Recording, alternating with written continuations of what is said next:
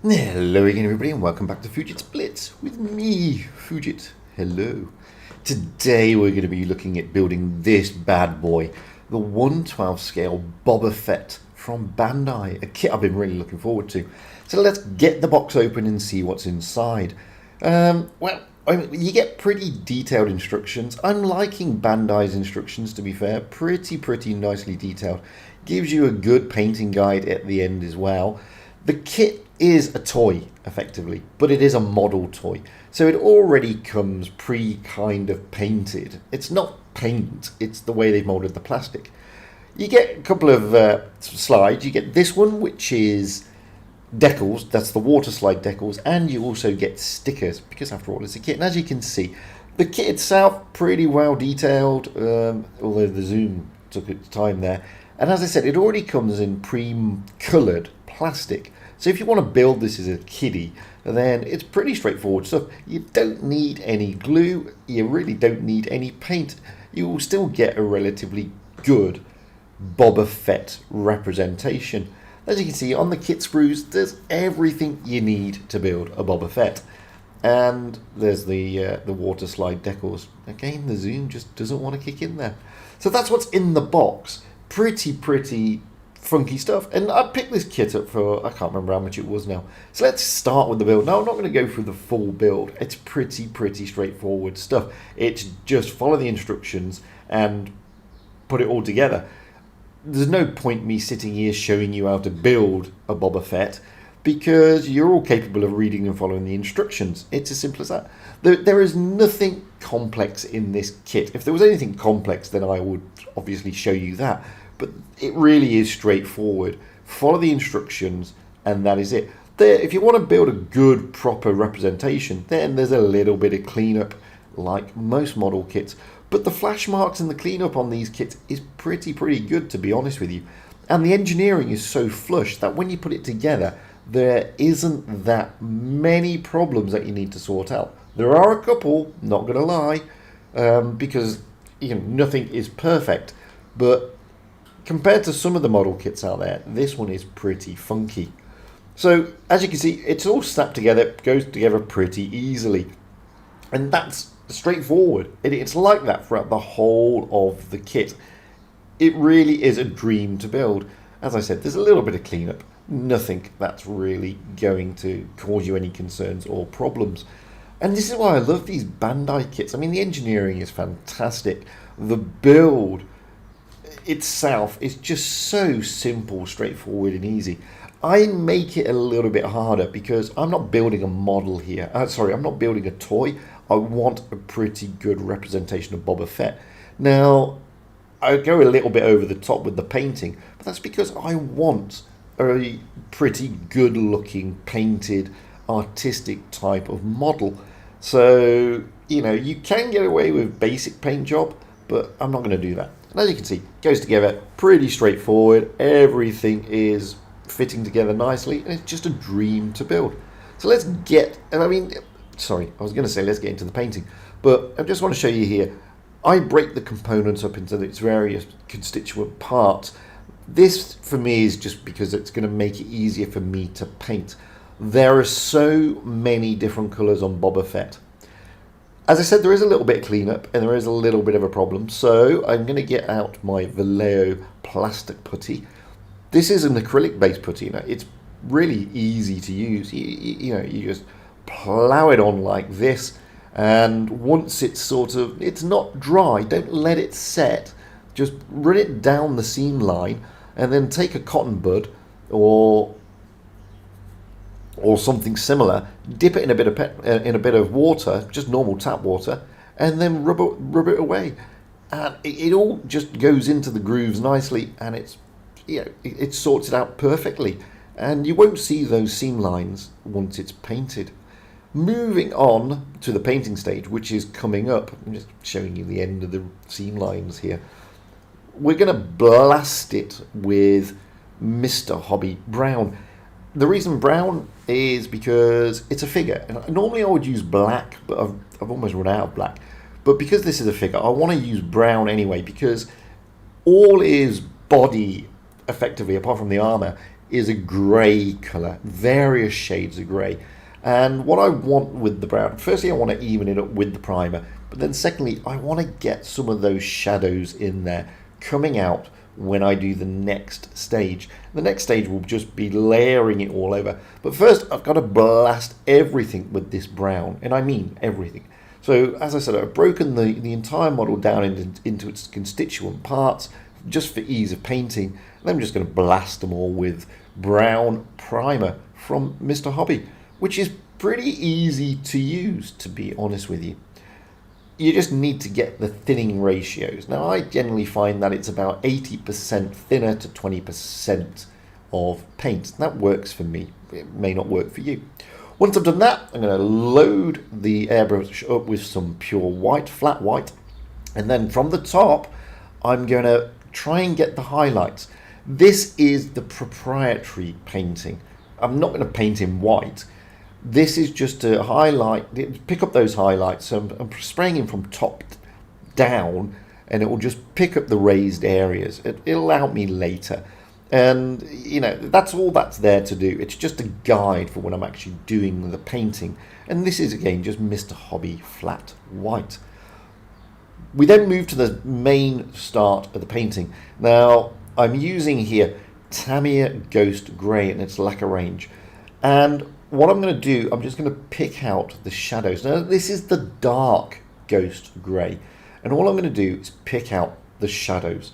I've already done the highlights. We've already got those deep shadows from the primer.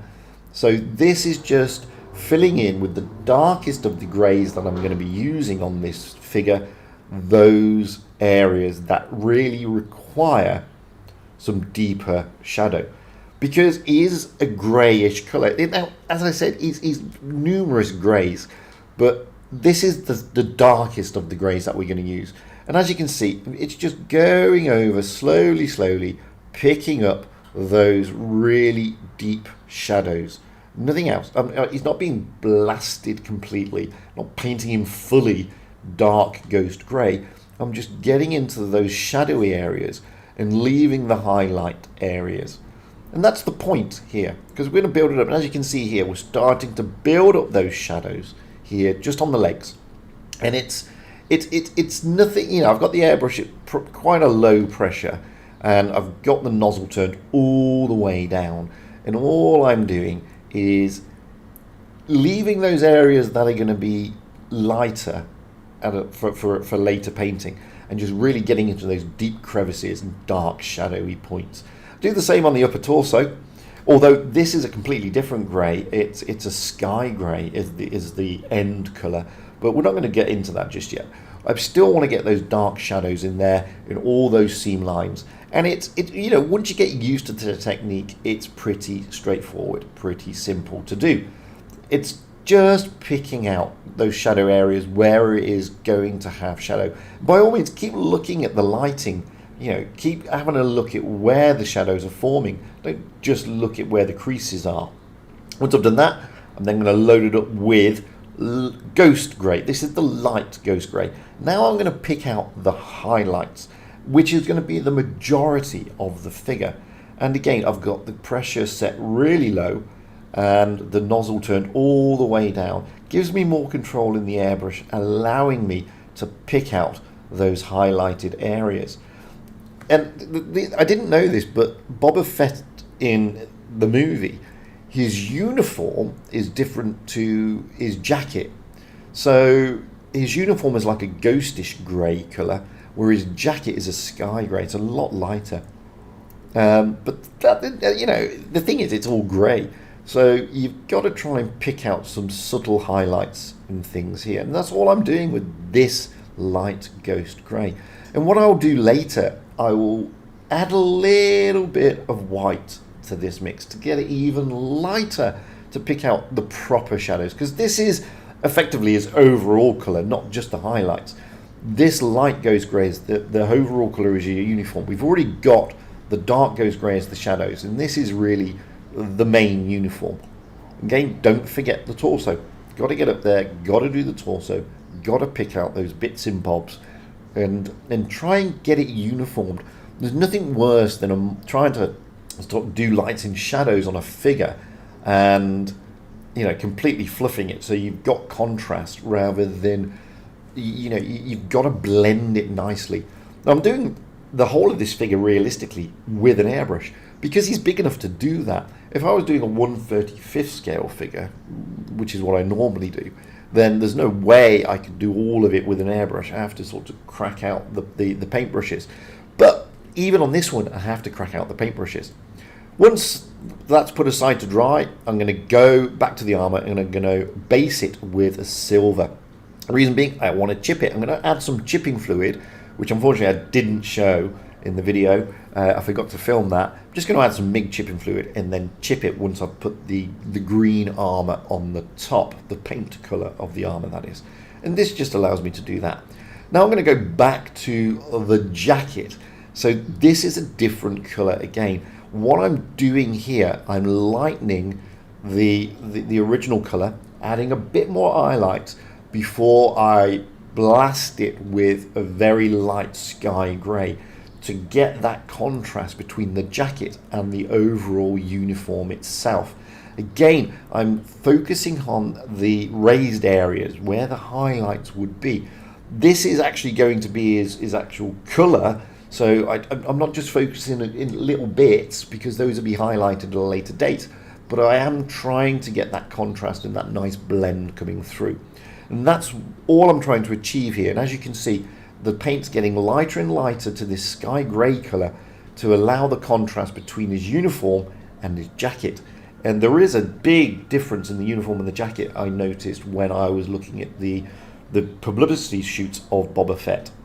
And his jacket really is, this is what the armor sits on, his jacket really is a very light grey compared to the rest of his uniform, which is a darkish grey. Although if you look at the new Book of Boba Fett series, he seems to be wearing light grey all over. That's not the case in the original Empire Strikes Back film. His uniform is a ghostish grey, it's like a blue grey, whereas the jacket is a very light, subtle grey. There is a hint of blue in it, but it's a very subtle light grey compared to his actual uniform. And that's what I'm trying to do here. And as you can start to see the contrast between the uniform and the jacket starting to come through, where the uniform has got that hue of blue and the jacket no longer has that. Now, put that aside, I can spray those areas that are going to be brown leather. All the descriptions of the paints are down below, by the way. So I'm just going to blast it with the brown leather. Already highlighted it, base coated it, primed it, and then highlighted it to pick up those highlights. I'm going to do the same thing with the bout. Again, it's already been highlighted with the white. Now I'm just using a thinner paint just to get that leather look. Once I've done that, I do the bottom part in a very dark brown. It really is like a very dark brown. It's still brown, but it's a very dark brown. And again, it's incredibly thin paint this. It's 90% thinner. Then I'm going to move on to the yellow parts. This is a mixture of two different paints. It's not pure yellow. Again, the descriptions are below. And as you can see, all I'm going to do, I've already pre-painted it in the silver and put the chipping fluid on, just blasting it with the yellow, so it'll allow me to chip it later. And it's a beautiful yellow colour, to be honest with you. And I do that on all the yellow parts. There's only 4, so it's not much of a trauma. It was a bit of a pain mixing the paint because you're only going to use a little bit of it. But hey, if you just use a straightforward yellow, you're not going to get a realistic look to your Boba Fett. So you've really got to mix that yellow and that cream yellow to get the proper yellow that you see in the movie. Once I've done that, I then crack out the wet palette. I get a very, very light brown from Vallejo, and I start just picking out some of the worn areas of the leather. So I've already got the base coat of leather. Now I'm just picking out the worn areas of the leather. And then what that'll achieve is it will give this like a realistic lived-in leather type look. And it's a very thin paint that I'm using here from Vallejo, and it's actually earth brown, which gives a great contrast to the red leather that I've already got. What I will then do afterwards, I will then overemphasize it with this saddle red, which is incredibly thin. I mean, it's almost like a wash. So I've already got the details in there. I've already done the chipping for the leather. Now I'm just like going to add this wash, which sort of it sort of highlights the, it tones down, but also at the same time highlights the sort of leather effect that I'm going for. And it's a very simple technique. You've just got to make sure it's, you know, the paint is thin enough. And a couple of passes and it will look fantastic. As you see here, you know, you just need to do a couple of passes and it ties it all together. And it really does look like it's a bit of worn leather. It's a great little technique once you get used to it. And I do it quite a lot, especially on a lot of leather goods, because leather gets chipped and scratched. And, you know, once you've done that, once you've got it all tied up, it will look quite authentic for the bout. And that's all I'm doing. And I will do the same thing for the dark part of the bout as well.